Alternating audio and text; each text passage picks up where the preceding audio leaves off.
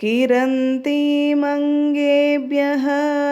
किरणनिकुरुम्बामृतरसं हृदि त्वामाधत्ते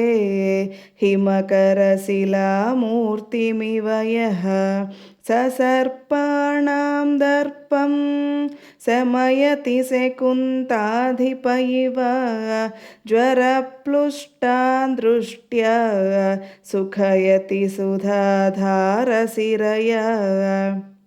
तटिल्लेखा तन्वीं तपनशशिवैश्वानरमयीं निषण्णां षण्णामप्युपरि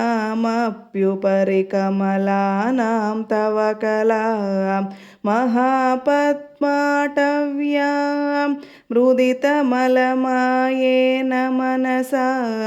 महान्तः पश्यन्तो दधति परमाह्लादलहरीं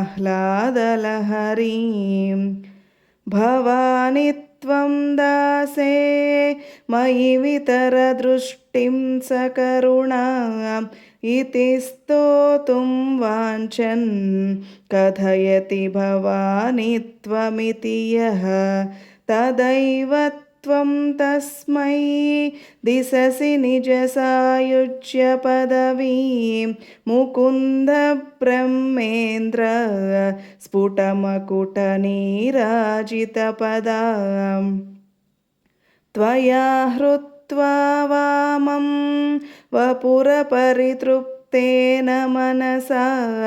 शरीरार्थं शम्भोरपरमपि शङ्के हृतमभूत् यदेतत्त्वद्रूपं सकलमरुणाभं त्रिनयनं कुचाभ्यामानम्रं कुटिलशशिचूडालमकुटं जगत्सूते धाता हरिरवतिरुद्रक्षपयते तिरस्कुर्वन्नेतत् स्वमपि वपुरीशस्थिरयति सदा पूर्वः सर्वं तदिदमनुगृह्णाति च शिवः तवाज्ञामालम्ब्य क्षणचलितयो ब्रूलतिकयोः।